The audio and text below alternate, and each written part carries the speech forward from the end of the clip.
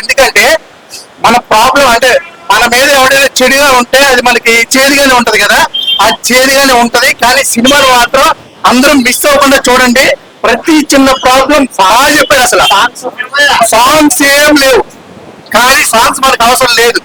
Background music మాత్రం చాలా బాగుంది. సాంగ్స్ లేవు, ఏడుపు తెప్పించే సీన్లు అయితే చేశాడు. నిజంగా సూపర్. మనకి ఈ సినిమాకి కమల్ హాసన్ గారి యాక్టింగ్ సూపర్ అన్నమాట.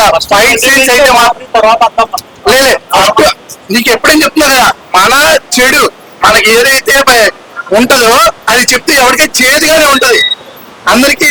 అందరూ నాకు కూడా మా ఫ్రెండ్స్ ఎప్పుడే చూసాను రా అన్నాడు. ఇప్పుడు నేను చూసాను లాగ్ నాకు అనిపించింది. కానీ లాగ్ అనేది పక్కన పెడితే ఆ ప్రాబ్లం ఎలా క్యూర్ చేయాలి అనేది అందరూ అయితే మన భారతీయులుగా ఈ భారతీయుడు 2 లో భారతీయుడిగా అదే భారతీయుడు 1 తో పోలిస్తే ఇది బాగా హైగా ఉందన్న. ఇంకోటి మ్యూజిక్ వల్ల కొంచెం డిసప్పాయింట్ అయింది, కొంచెం లాగ్. ఎందుకంటే నీకు చెప్తున్నా కదా, సినిమా స్టోరీ చెప్పాలంటే కొన్ని ప్రాబ్లమ్స్, ఒక 100 ప్రాబ్లమ్ చెప్పారు అనమాట.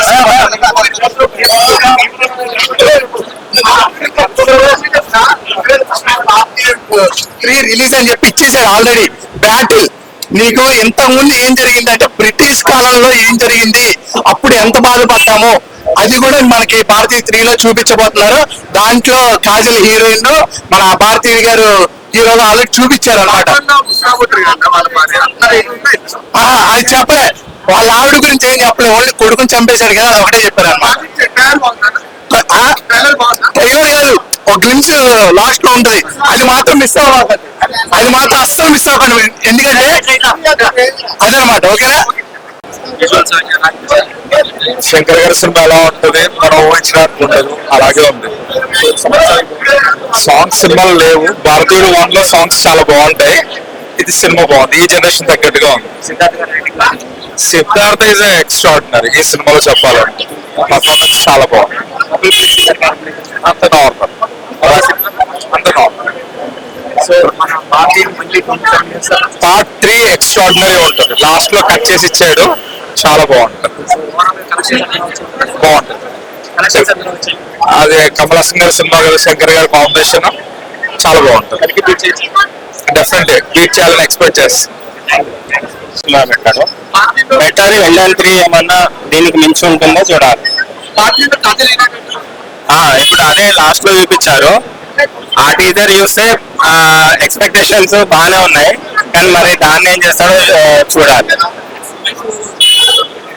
అంటే కమల్ శంకర్ కాంబో మనకు ఆల్రెడీ తెలిసిందే కదా, సో ఎక్స్పెక్టేషన్స్ తోటి వచ్చారు చాలా మంది.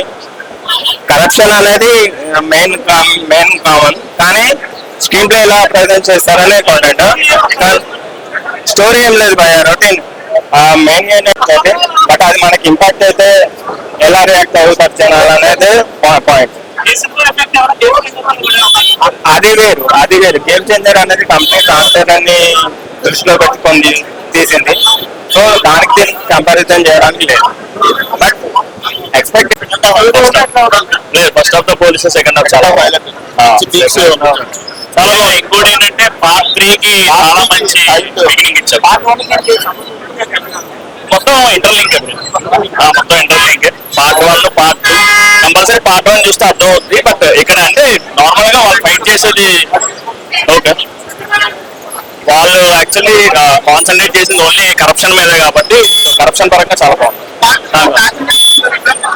లాగ్ అంటే ఏముంది, ఇప్పుడు ఒక్కొక్కరు ఒక ఎక్స్పెక్టేషన్స్ వస్తారు. నార్మల్ గా మనం ఏది ఎక్స్పెక్ట్ చేసి వస్తాం, ఓకే శంకర్ మార్క్ ఏముందో వాడు ఏం చెప్తాడు అనేది కదా. బట్ నా వరకు ఏంటంటే చాలా బాగా first half okay. First half ఏంటంటే ఇప్పుడు నార్మల్ గా మనం ఏ బిగ్ మూవీస్ చూసుకున్నా ఫస్ట్ హాఫ్ నార్మల్ గా స్టోరీకి వెళ్ళడానికి, బట్ సినిమా స్టార్ట్ అయిన 5 to 10 minutes నుంచే స్టోరీకి వెళ్ళిపోతారు.